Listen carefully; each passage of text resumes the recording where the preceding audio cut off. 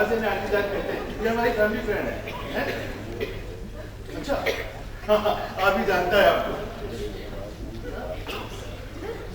आदमी कह रहा है कि उसे दूसरे मेहमानों से मिलवाऊं, तो आंटी जान इजाजत है? आंटी जान आप आदमी के रास्ते में खड़ी हो गई हैं।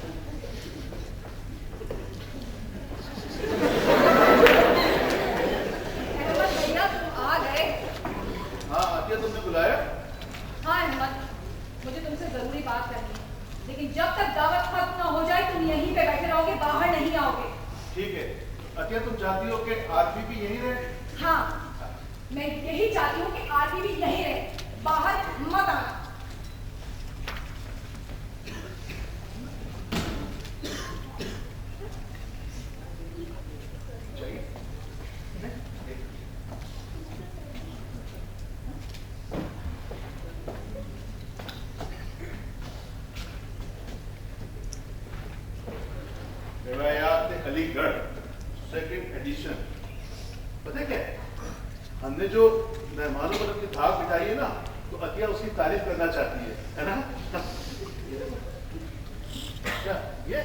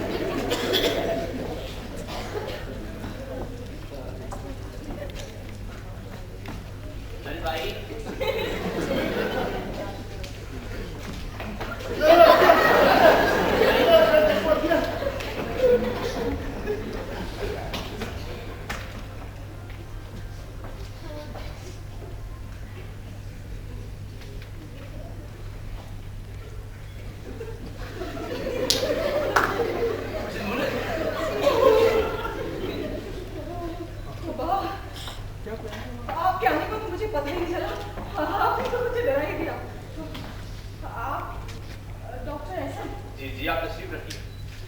आप ये मत समझिएगा कि मैं हमेशा यूं ही बौखला जाती हूँ।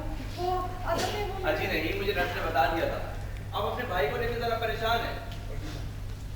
ऐसे में अहमद नाम है उनका। जी हाँ, आप समझ नहीं सकते कि हमारे लिए कितनी मसले की बात है।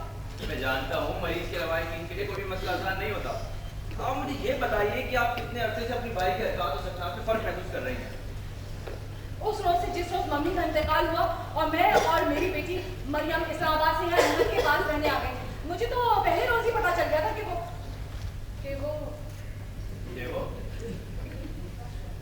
वो क्या? तो देखिए आप इत्मीनान से सोच कर बताइए, जहन पर ज्यादा बोझ मत डालिए, मैं इंतजार कर लेता हूँ।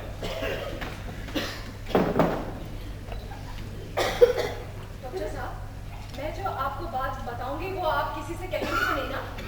जाहिर है, मैं तो करता है, मैं डॉक्टर हूँ। अब पहली बात तो ये है कि वो पीते हैं। क्या बहुत ज्यादा? जी हाँ, हद से ज्यादा, बिना नाम। जब इंसान ऐसे घटिया किस्म के ठिकानों पे जाता हो जिसका आपने कभी नाम भी ना सुना हो और ऐसे ऊट पटांग लोगों से मिलता हो, वो तो आप उसे ज्यादा नहीं कहेंगे तो क्या कहेंगे? वो उन्हें घर पे लेके आता है, उनके साथ ताश खेलता है, वो खाना खिलाता है, उनको पैसे देता है। और एक मैं हूँ, हर वक्त सिर्फ इस बात में सर खपा रही हूँ कि किसी तरह से मरियम का अच्छे घराने में रिश्ता तय हो जाए। अब आप इसे ज्यादा नहीं कहेंगे तो और क्या कहेंगे? इसीलिए मैं अहमद को यहाँ मुस्तकिल तौर पे दाखिल करवाना चाहती हूँ। मैं उनके आंटी को एक दिन के लिए भी बर्दाश्त नहीं कर सकती। और डॉक्टर साहब, आपको पता है क्या हुआ? आज से पहले जो मैंने पार्टी रखी थी, अहमद एक को पकड़ के आरवी से मिलवा रहे हैं। डॉक्टर साहब, अगर मम्मी को आरवी के बारे में पता था तो उन्हें मुझे ये खत में लिख के बता देना चाहिए था ना। बताना चाहिए था कि नहीं बताना चाहिए था? लेकिन मैं आपके सवाल का जवाब दे सकती हूँ। मम्मी को ये सब कुछ मुझे बता देना चाहिए था। ये साहब जिनका नाम आप आज ही बता रहे हैं, ये कौन है? खरगोश है। हाँ, वो एक खरगोश है। मेरा मतलब है वो है कौन? आपके भाई उसे नशे में किसी शराब खाने से ले आए क्या? डॉक्टर साहब, मैं आपको बता रही हूँ कि आरफी एक खरगोश है, सफेद सा, लंबा सा, उसके ये बड़े बड़े कान हैं, उसका कद कोई 6 फीट होगा या 6.5 फीट के करीब होगा और वो काफी अरसे से हमारे घर में जमा हुआ है। मिसेस मोनिस, मुझे ठीक तरह समझने दीजिए, आपका डॉक्टर साहब, मैं आपसे अर्ज कर रही हूँ कि मेरा भाई अहमद इस बात पे बजित है कि ये सफेद ऊंचा लंबा खरगोश उसका सबसे अजीज और करीबी दोस्त है और इसका नाम उसने आरवी रखा है। आप समझे? मेरा भाई किसी भी जगह पे जाए, चाहे वो थिएटर हो, बस हो, सिनेमा हो, हमेशा 2 टिकट खरीदता है। मैंने अपनी बेटी मरियम से भी कहा कि अगर मेरा भाई अपनी जात में इतना तन्हा और इतना अकेला था और उसे घर में किसी को जरूर ही लाना था तो क्या वो कोई इंसानी चीज नहीं ला सकता था? आखिर मैं भी उसके पास हूँ, मरियम उसके पास है। और अब जो बात मैं आपको बताने वाली हूँ, उस बात का जिक्र मैंने अभी तक किसी से नहीं किया। कभी कभी तो ये सफेद ऊंचा लंबा खरगोश मेरे सामने भी आके खड़ा हो जाता है। ये बात तो मैंने मरियम को भी नहीं बताई। मोनिस, आप बैठ जाइए। कमाल बात तो ये है कि वो वाकई में इतना ही लंबा है जितना कि अहमद बताते हैं। अब आप किसी को भी बताइएगा नहीं, मुझे तो बहुत शर्म सी आती है। जी जी, मैं जानता हूँ आप पिछले दिनों से सच किस्मत में गिरफ्तार नहीं है। जी हाँ, पिछले तमाम अरसे में भी यही कैफियत रही है। आप बहुत ज्यादा परेशान रही है। बहुत परेशान रही हूँ, भूख भी नहीं लगती है। आपको अपनी वालिदा की मौत का काफी सदमा है। मुझे इतना सदमा है, मैं नहीं बता सकती। रात को नींद ठीक से नहीं आती? इन हालात में मैं कैसे सो सकती हूँ? भूख नहीं लगती? जिस टेबल पे मेरा भाई अपने 6 फीट के खरगोश को लेके बैठा हो, उस पे कोई कैसे खाना खा सकता है? जरा सी बात पे गुस्सा आता है। आप मेरे भाई के साथ रह के तो देखिए, फिर मैं आपसे पूछूंगी कि गुस्सा कैसे नहीं आता है? अब ये सब मेरी बर्दाश्त से बाहर हो चुका है। आप फिक्र ना करें, मैं आपकी मदद करूंगा। थैंक यू डॉक्टर साहब, थैंक यू। आप यहीं बैठेगा, मैं अभी हाजिर हूँ। मैं यहीं बैठी हूँ। मैं अहमद का सामान टैक्सी में से निकाल के ले आती हूँ।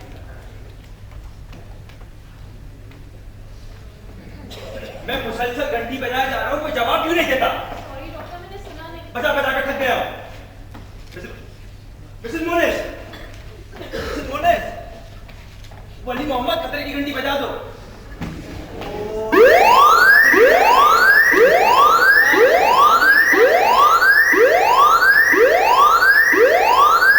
हेलो, तुम मेन गेट से बोल रहे हो? देखो मैं डॉक्टर रैसल हूँ। हम एक मरीजा की तलाश कर रहे हैं, मेन गेट से बाहर ना जाने पाए। मुझे उसे अकेला नहीं छोड़ना चाहिए था, मगर मैं क्या कर सकता हूँ?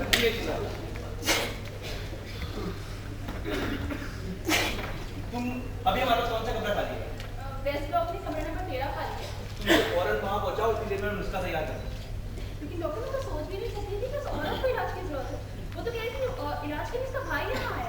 अरे उसके कहने से क्या होता है? ये उनका पुराना हर्फ है। तलाक के सबके मरीज यही हर्फ इस्तेमाल करते हैं। जब उसे पता लगा कि उसका भाई उसे यहाँ दाखिल करवाने है, तो उसने सोचा कि मैं अपने भाई को फंसवा दूँ। इसलिए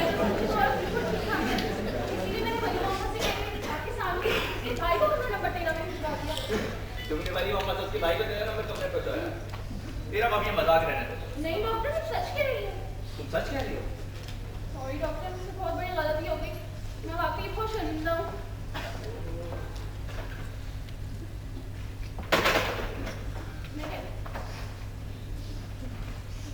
हेलो, कौन बात कर रहा है? शरीफ साहब ऐसे कीजिए कि कमरा नंबर 13 का ताला फौरन खोल दीजिए। वहाँ पे मिस्टर अहमद होंगे, उन्होंने कपड़ा वापस कर दिया। और उन्हें कहो फौरन अभी दफ्तर में भेजें। और उनसे कहिए कि फौरन दफ्तर में आ जाए। असल में हमसे बहुत बड़ी गलती हो गई है और डॉक्टर ऐसे उन्होंने समझाना चाहता। समझाना नहीं, माफी मांगना चाहता हूँ। शुक्र है उन्होंने अभी तक हाइड्रोट हमने नहीं डाला। करते हैं कत्ल, हाथ में तलवार भी नहीं। किसी ने बिल्कुल सच कहा है आपके बारे में। डॉक्टर प्लीज अब आप मुझे और शर्मिंदा तो ना करें। ना करो। अच्छा चलो नहीं करता। अब आप बिल्कुल शर्मिंदा नहीं हो। हम कोई ना कोई तरीका ढूंढ लेंगे। आप कहाँ जा रहे हैं? मुझे तमाम बातें डॉक्टर जुल्फी को बतानी होंगी।